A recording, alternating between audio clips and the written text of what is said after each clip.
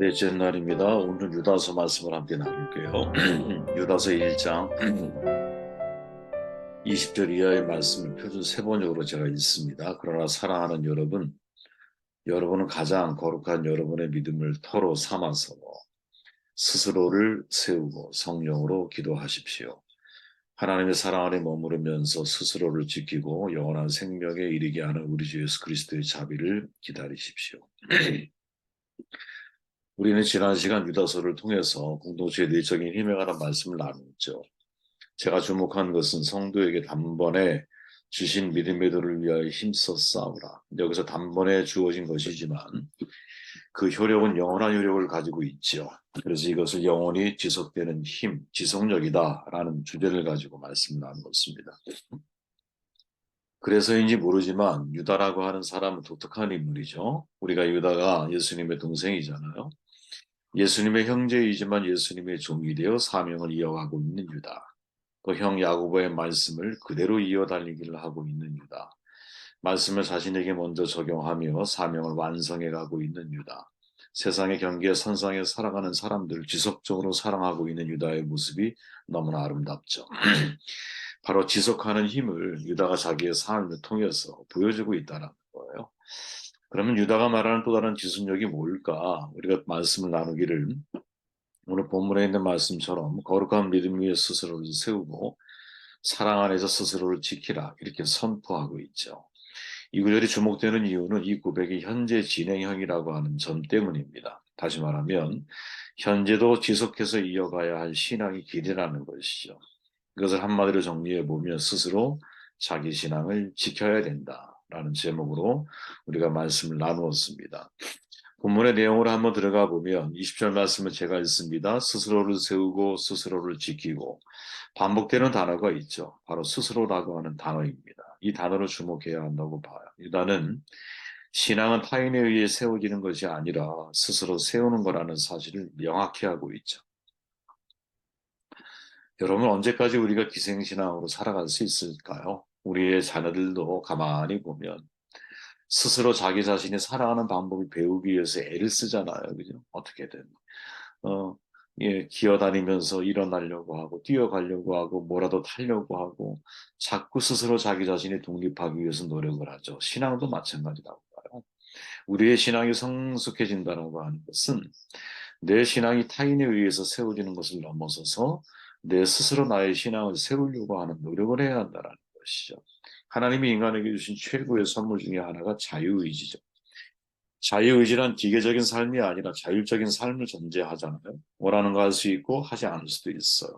원하는 대로 갈 수도 있고 가지 않을 수도 있어요.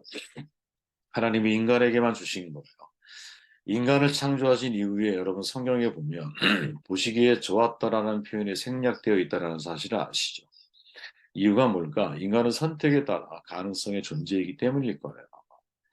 자유의지를 가지고 하나님이 원하는 길을 갈 수도 있고 원치 않은 길을 갈 수도 있거든요. 인간의 자유의지란 자신이 원하는 만큼 가능성 있는 존재로 변화가는 수 있는 능력이거든요. 그러니까 하나님이 보시기에 좋은 삶을 선택할 수도 있고 선택하지 않을 수도 있는 것이죠. 정말 바라기는 하나님이 보시기에 좋은 삶을 선택해 나아가는 것이 이게 탁월한 선택이다.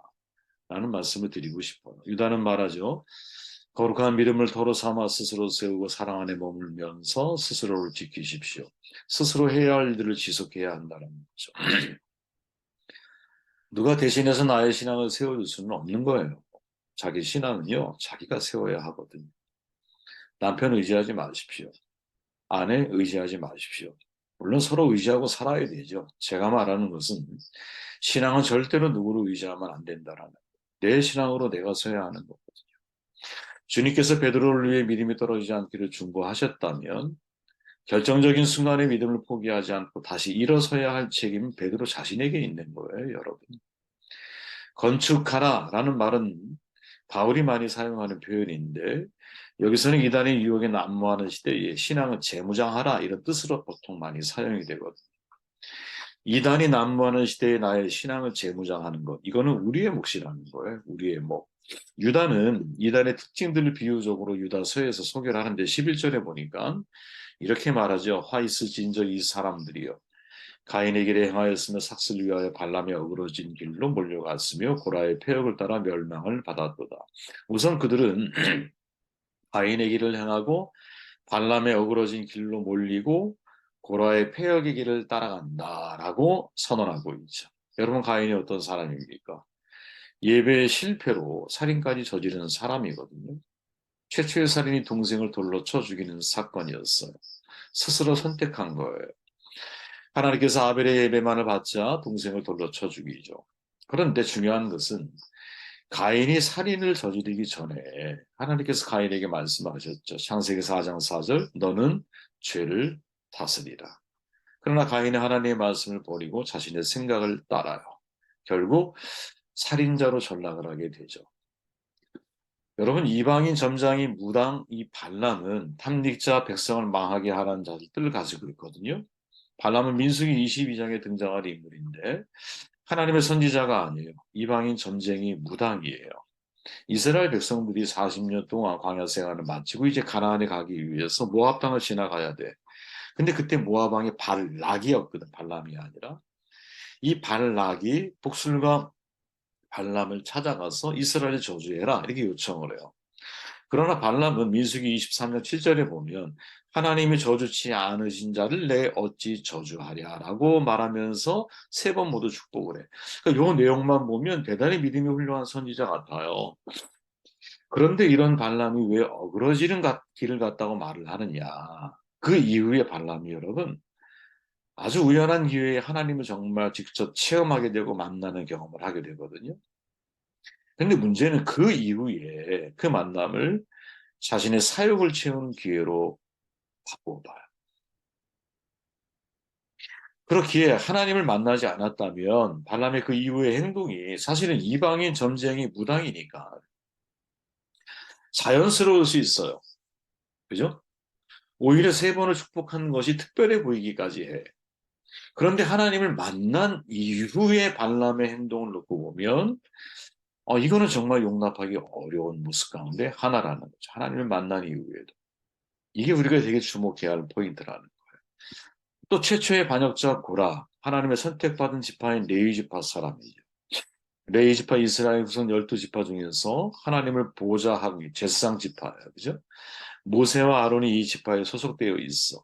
고라는 고핫의 증손자예요. 그러니까 정통성이 있는 지파 사람이라는 거예요. 모세와 아론은 레위의 손자이고 고핫의 아들이야. 그러니까 모세와 아론이 고라의 삼촌이 되는 거예요. 고라가 반란을 일으킨 이유가 뭐냐? 왜 아론이 제사장을 맡느냐라는 지파의 혈족을 따르면 아론은 첫째 아들과 둘째 아들은 하나님을 거역하다가 죽었어. 첫째 아들과 둘째 아들이. 그리고 셋째 엘르아살이 제사장을 이어받게 돼. 그러니까 고라라고 자기 자신이 제사장을 이어받지 못할 이유가 없다고 생각하는 것이죠. 분명히 하나님의 말씀에 의해서 세워진 엘르아살이거든요.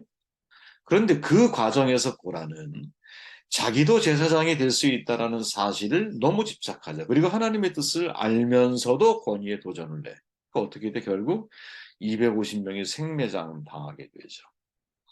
바로 이 세 사람을 상기시키면서 유다가 하는 말이 뭐냐? 거룩한 믿음 위에 자신을 세우라는 거죠.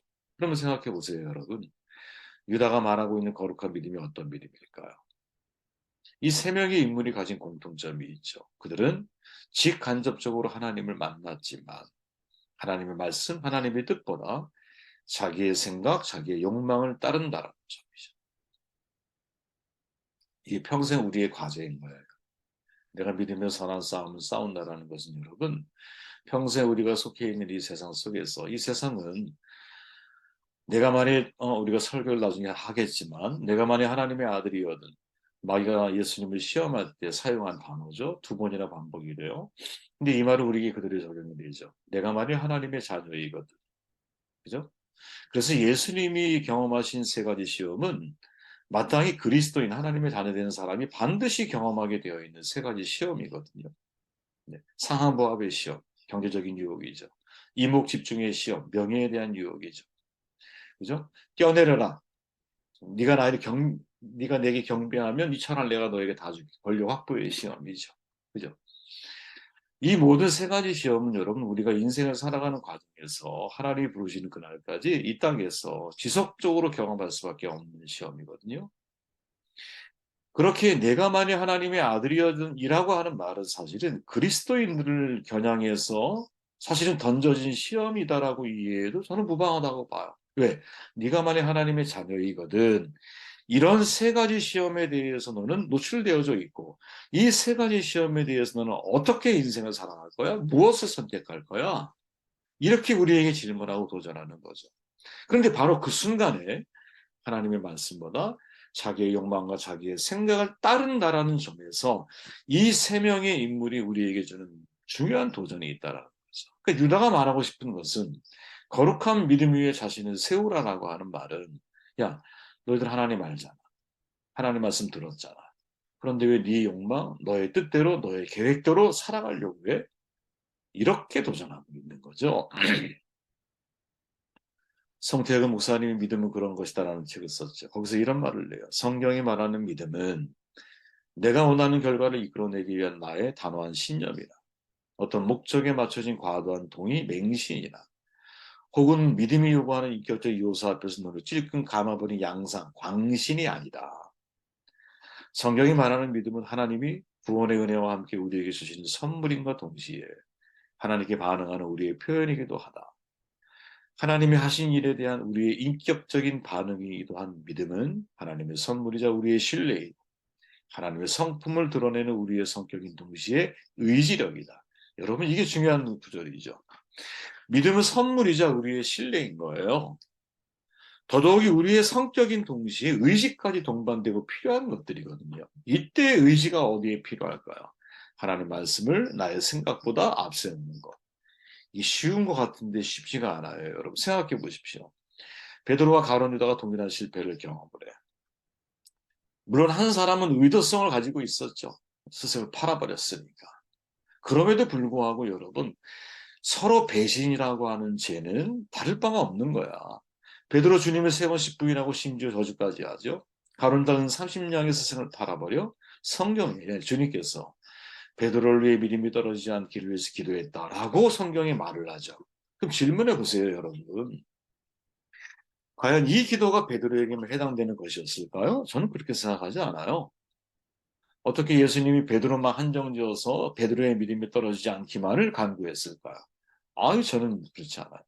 12명의 제자들을 위해서 다 기도하지 않았을까? 그죠?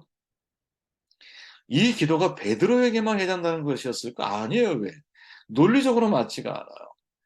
하나님이 자기 사람을 사랑하실 때 끝까지 사랑하셨잖아요. 요한복음 13장 1절에 보면 예수님께서 그죠? 이 예수님의 마음을 감안할 때 모든 제자들에게 같은 해당된 기도를 하나님이 주님이 드리셨지 않았을까? 그런데 결과가 다르죠. 베드로는 죄기에 성공하고 유다는 자살로 생을 마감해 차이가 뭘까요? 베드로와 유다의 상황을 단정적으로 말하기는 어려워. 한 가지 분명한 사실은 주님은 믿음이 떨어지지 않기를 기도하셨고 제자들은 각자 자신의 믿음대로 자신의 생각대로 반응하고 있다는 것이죠. 이게 베드로의 반응은 통곡으로 회개하는 거라고요. 가룟유다의 반응은 더 이상 희망 없음을 선포하고 자살하는 거야. 희망 없음을 생각하고 자살을 하는 거야. 여기서 여러분 우리의 하나님에 대한 의지와 신뢰가 드러나는 거죠. 스스로 여러분들의 신앙을 지켜야 됩니다. 두 번째 20절 말씀이에요.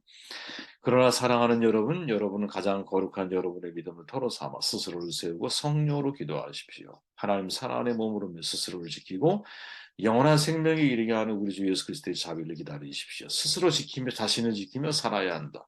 사랑 안에 머무른다라는 말이 과연 뭘까? 예수님이 답을 줬어요.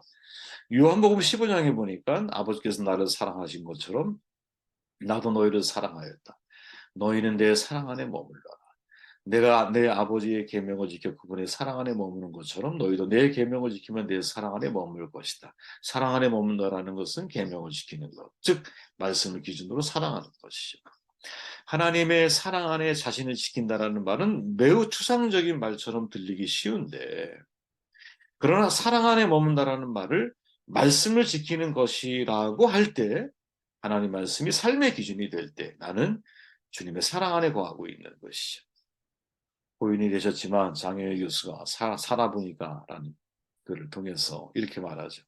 살아보니까 어떤 기준을 가지고 살아가는 것이 가치 있는 삶인지 알겠더라. 여러분, 이 말을 그대로 우리가 적용해 볼 수 있지 않겠어요? 야, 살아보니까 내가 하나님의 말씀을 지키며 살아가는 것이 가장 가치 있는 삶이고 하나님의 사랑 안에 머무는 삶이었다라는 것을 알겠더라. 이렇게 말할 수 있지 않을까? 여러분, 우리가 말씀을 지키는 게 아니에요. 항상 잊지 말 것은 말씀이 우리를 지키는 거거든요. 우리는 정말 착각하며 살아갈 때가 많아요. 내가 하나님의 말씀을 지켜준다는 착각이죠. 예수께서 밤새도록 물고기의 잘비에 실패한 베드로, 다시 깊은 바다에 그물을 던져라 라고 말을 하죠. 베드로의 입장에서는 어이없었지만 베드로가 말하기를 밤이 새도록 수고하였는데 잡은 것이 없지만 말씀에 의지하여 내가 그물을 내리리이다 라고 말하면서 그물을 던졌더니 성공적으로 고기를 낚아. 자, 생각해 보십시오. 베드로가 말씀을 지킨 겁니까?